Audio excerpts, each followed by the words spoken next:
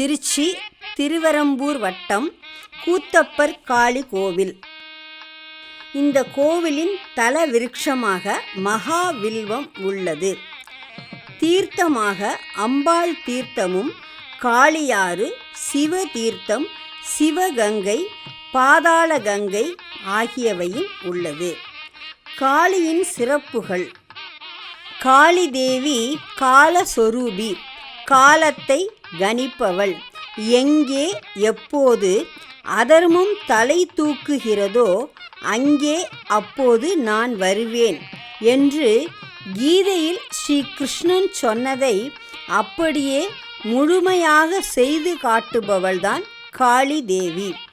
அதர்மம் எங்கே தலை விரித்தாடுகிறதோ அங்கே அழிவை ஏற்படுத்துவாள். மோசக்காரர்களை நாசம் செய்வாள்.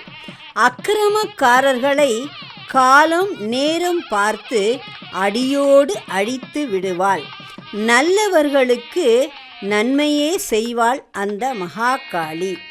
தக்ஷன் நடத்திய யாகத்தில் சென்று கலந்து கொள்ள வேண்டுமென்று ஆசைப்பட்டாள் மகேஸ்வரி. பரமேஸ்வரனிடம் அனுமதி கேட்டாள். சிவபெருமானோ மறுத்தார். இருந்தும் யாகத்துக்கு சென்றாள் உமாதேவி. அங்கே தக்ஷனால் அவமானப்படுத்தப்பட்டாள். கோபம் கொண்ட உமாதேவி யாக குண்டத்தில் விழுந்து தன்னை மாய்த்து கொண்டாள். பரமேஸ்வரன் தேவியை உயிர்த்தெழச் செய்தார். அப்போது உயிர் பெற்ற தேவி ஒரு பயங்கரமான உருவத்துடன் 10 அவதாரங்களாக 10 மகா வித்யைகளை தோற்றுவித்தாள். அதில் முதலாவது வித்தையே காளி தேவி. மயானத்தில் ஒரு சவத்தின் மேல் கழுத்தில் கபாலமாலை, சிவந்த கண்கள், நீட்டிய நாக்கு, ஒரு கையில் வெட்டப்பட்ட தலை, மறு கையில் வாள் என 10 கைகளுடன் காட்சியளித்தாள். மகாகாளி பார்ப்பதற்கு பயங்கரமான தோற்றத்துடன் காணப்பட்டாலும் பக்தனிடத்தில் ஒரு தாயை போல பரிவு பாசமுடன் இருந்து அருள்பாலிக்கிறார். காளி தேவி மிகவும் சுறுசுறுப்பானவள். எப்போதும் தாமதத்தை விரும்பாதவள். யமனையே தன் வசப்படுத்தி வைத்திருப்பவள். எதிலும் அச்சமில்லை என்பது அவளது கொள்கை. உலகத்தில் கால பரிமாணத்தை குறிப்பவள் இந்த காளி தேவி. இவள் மாகாளி, பிடாரி, பத்ரகாளி, அங்காளி என்று கிராம தேவதையாக இருந்து அருள்பாலிப்பவள். காளியின் பீஜாட்சரம் கிரீம் என்பதாகும். காளி தேவியின் உபாசனத்தினால் மனதில் அதீத தைரியம், வாக்கில் நல்ல கல்வி வன்மை, எதையும் முன்கூட்டியே அறிந்து கொள்ளும் தன்மை, நிகரற்ற செல்வம், நோய் நொடியற்ற நல்ல வாழ்க்கை ஆகியவை அமையப்பெறும். இத்தலத்தின் சிறப்பு: உலகிலேயே மிக உயரமான ஸ்ரீ மகாகாளேஸ்வரர் 59.25 அடி உயரத்திலும், ஸ்ரீ காளீஸ்வரி 54.25 அடி விஸ்வரூப தரிசனம் தருகிறார்கள். விஸ்வரூப மகாகாளீஸ்வரியின் திருப்பாதத்தின் கீழ் உள்ள 16 படிகளும் 16 செல்வங்களாக அமைந்துள்ளது.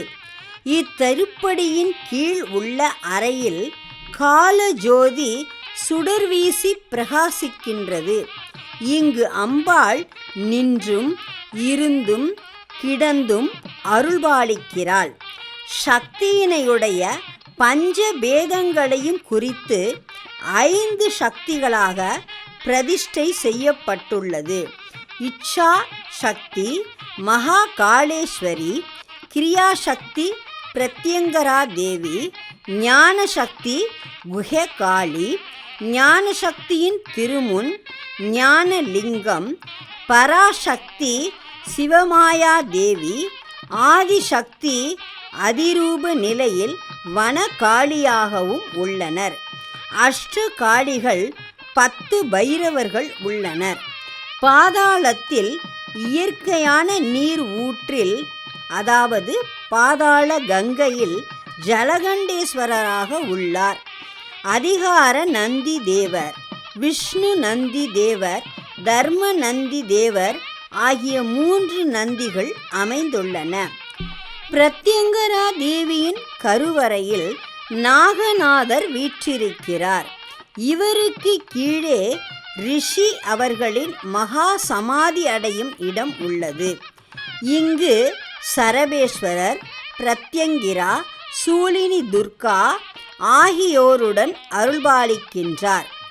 கால சபையில் கோஷ்ட தெய்வங்களாக ஞான தக்ஷணாமூர்த்தி, மகாவிஷ்ணு, பிரம்மா ஆகியோர் அதிரூப நிலையில் உள்ளனர். ஈசான சண்டிகேஸ்வரர் இந்த ஆலய அமைப்பிற்கு வழிகாட்டிய குருநாதர் திருமூலதேவர் இங்கு அருள்பாலிக்கின்றனர். மனிதர்களின் காலத்தை மாற்றி அமைத்து நல்ல காலமாக கொடுக்கக்கூடிய காலசக்கர மகாமேரு உள்ளது. பஞ்சாட்சர மந்திரமே பஞ்ச விமானங்களாக சிவபெருமானுக்கு அமைந்திருப்பது இக்கோவிலின் தனி சிறப்பாகும். பொதுவாக யமபயம் நீக்கக்கூடியவளாக காளி தேவி இருக்கிறாள். இவளுக்கு பரிகாரமாக சனி பகவானின் துன்பத்தில் இருப்பவர்கள் சனிக்கிழமை தோறும் ராகுகால நேரத்தில் தீபம் ஏற்றி வழிபட சனி பகவானின் துன்பங்களிலிருந்து விடுபடலாம். மேலும் ராகு கேதுக்கு பரிகாரமாக செவ்வாய்க்கிழமை, வெள்ளிக்கிழமை, ஞாயிற்றுக்கிழமை, அஷ்டமி, பௌர்ணமி முதலிய நாட்களில் ராகு காலத்திலோ அல்லது மாலை நேரத்திலோ தீபம் ஏற்றி வழிபட காளியின் பேரருளால் நவக்கிரகங்களின் தாக்கத்தில் இருந்து விடுபட்டு நல் பயனை பெறலாம். அனைவருக்கும் வணக்கம். ஸ்ரீ மகாகாளீஸ்வரி திருக்கோவில். அம்பாள் மகாகாளீஸ்வரி 54 அடி உயரத்திலேயும், ஸ்ரீ மகாகாளேஸ்வரர் 59 அடி உயரத்திலேயும், மகாலிங்க நாகநாத சுவாமி 61 அடி உயரத்திலேயும் அமைந்திருக்கக்கூடிய ஒரு அற்புதமான ஆலயம். இந்த திருக்கோவில் திருச்சி மாவட்டம் திருவெரும்பூர் அருகே கூத்தைப்பார் எனும் கிராமத்திலே அருமையாக இயற்கை சூழலிலே வயல் சூழ்ந்த ஒரு பகுதியிலே அமைந்திருக்கின்றது. உலகத்திலே கருங்கல்லால் செய்யப்பட்ட சிவலிங்கங்கள் குறிப்பிட்ட அளவுதான் இந்தியாவுக்குள் இருக்கிறது. அந்த வகையிலே நம்முடைய சிவலிங்கம் 61 அடி உயரத்திலே இந்தியாவிலே எங்கும் காண கிடைக்காத அளவிற்கு ஒரு பிரம்மாண்டமான சிவலிங்கமாக இந்த ஆலயத்திலே அமைந்திருக்கின்றது. இந்த திருக்கோவில் 2000வது ஆண்டு திரு கதிர் பெரியசுவாமி சுவாமிகள் என்கின்ற சுவாமிகளாலே அவருடைய சொந்த விவசாய நிலத்திலே ஸ்தாபிக்கப்பட்டது. இதே கிராமத்தில் ஒரு சாதாரண விவசாய குடும்பத்தில் பிறந்து அவர் இறைவனுடைய நேரடி காட்சி பெற்று இறை அருளால் தன்னுடைய சொந்த நிலத்திலேயே இந்த திருக்கோயிலை தன்னுடைய சொந்த செலவிலேயே அமைத்தார்கள். இந்த ஆலயத்துடைய சிறப்புகளாக அம்பாள் மகாகாளீஸ்வரி, மகா பிரத்யங்கிரா தேவி, ஸ்ரீ குஹ்யகாளி என்று சொல்லக்கூடிய அம்பாள், இச்சாசக்தி, கிரியாசக்தி, ஞானசக்தி என்று சொல்லக்கூடிய 3 சக்திகளுக்கும் தனித்தனியாக 3 அம்பாள் சன்னதிகள் இங்கே அமைந்திருக்கின்றது. பஞ்சமுக நடராஜர், நம்முடைய நடராஜ ஸ்வரூபத்திலே 108 தாண்டவங்கள் குறிப்பிடப்படுகிறது. அதிலே காலதாந்த தத்துவத்தினுடைய அடிப்படையில் திருமந்திர முறையிலே அமைக்கப்பட்ட ஆலயம் இந்த திருக்கோவில். இந்த ஆலயத்துடைய மிகவும் சிறப்பு வாய்ந்த ஒரு சுரூபமே இந்த பஞ்சமுக நடராஜர். அதாவது சத்யோஜாதம், வாமதேவம், அகோரம், தத்புருஷம், ஈசானம் சொல்லக்கூடிய பஞ்சமுகங்களோடு கூடிய சதாசிவ ஸ்வரூப நடராஜர் நம்முடைய இந்தியாவிலே இந்த ஆலயத்தில் மட்டும்தான் இருக்கின்றார். அவருக்கு துணையாக ஸ்ரீ விஷ்ணு ஸ்வரூபிணியாக இருக்கக்கூடிய ஸ்ரீ சிவமாயா தேவி தனி கருவறையிலே அமைந்திருக்கின்றார்கள். காலசபை என்று சொல்லக்கூடிய தனி கருவறையிலே அமைந்திருக்கின்றார்கள். அவருக்கு நேர் கீழாக பாதாளத்திலே சகஸ்ரலிங்க ஜலகண்டேஸ்வரர் இயற்கையான நீரூற்றில் அமைந்திருக்கக்கூடிய ஜலகண்டேஸ்வரர் இந்த ஆலயத்தின் சிறப்பு மிக்க ஒரு மூர்த்தமாகும். மற்றும் சரபேஸ்வரர் சூழினி துர்காதேவியோடு பிரத்யங்கிரா தேவியோடு ஒரு சேர காட்சி தருகின்றார். 12 பைரவர்கள் இந்த கோயில் கால தத்துவப்படி அமைந்த காரணத்தினால் இந்த ஆலயத்தினுடைய மிகவும் சிறப்பு வாய்ந்த ஒன்றாக 12 பைரவர்கள் ஒரே ஆலயத்திற்குள் எழுந்தருளி இருக்கின்றார்கள். அதில் விசேஷமான சுரூபம் பைரவரும் பைரவியும் சேர்ந்த அர்த்தநாரி சுரூபம். பாதி பைரவரும் பாதி பைரவியும் சேர்ந்த மகாபைரவ பைரவி என்று சொல்லக்கூடிய சுரூபம் சுவாமிகளாலே இந்த ஆலயத்திலே ஸ்தாபிக்கப்பட்டிருக்கிறது. இந்த ஸ்ரீ குஹ்யகாளி அம்பாள் என்று சொல்லக்கூடிய அம்பாள் இந்தியாவிலேயே வேறெங்கும் காண கிடைக்காத ஒரு சுரூபம். பெரும்பகுதி நேபாள தேசத்திலே மட்டுமே வழிபடக்கூடிய ஒரு அம்பாள். 10 முகங்களோடு 20 கரங்களோடு காட்சியளிக்கக்கூடியவர். இவர் ராமாயண காலத்திலே ராவண வதத்தின் போது ராமபிரானால் உபாசிக்கப்பட்டு மானசீகமாக உபாசிக்கப்பட்டு வழிபாடு செய்யப்பட்டு ராமர் இந்த அம்பாளுடைய ஆசியோடு தான் ராவணனை ஜெயிக்கின்றார். இந்த சிறப்பு வாய்ந்த சுரூபம் இந்த ஆலயத்தில் அமைந்திருக்கின்றது. அந்த அம்பாளுடைய சன்னதி மாதத்தில் ஒரு முறை மட்டுமே திறக்கப்படும். சந்திர தரிசனம் என்று சொல்லக்கூடிய நாளிலே 3ஆம் பிறை அன்று அமாவாசை அன்று பிறகு வரக்கூடிய 3ஆம் பிறை அன்று மட்டும் அந்த அம்பாளுடைய சன்னதி திறக்கப்பட்டு சிறப்பு பூஜைகள் எல்லாம் நடைபெறும்.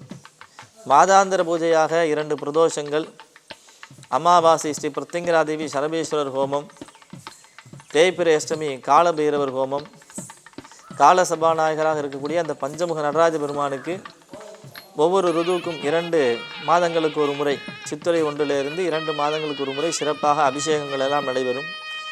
உலகத்திலே உள்ள அத்துணை சிறப்புகளும் ஒருங்கே சேர்ந்து அமையப்பெற்ற ஒரு அற்புதமான திருக்கோவில். இந்த திருக்கோயில் வழிபாடு செய்பவர்களுக்கு நாகதோஷம், அதாவது இந்த 61 அடி மகாலிங்க நாகநாத சுவாமி நாகநாத சுவாமின்னு பேர் அவர்.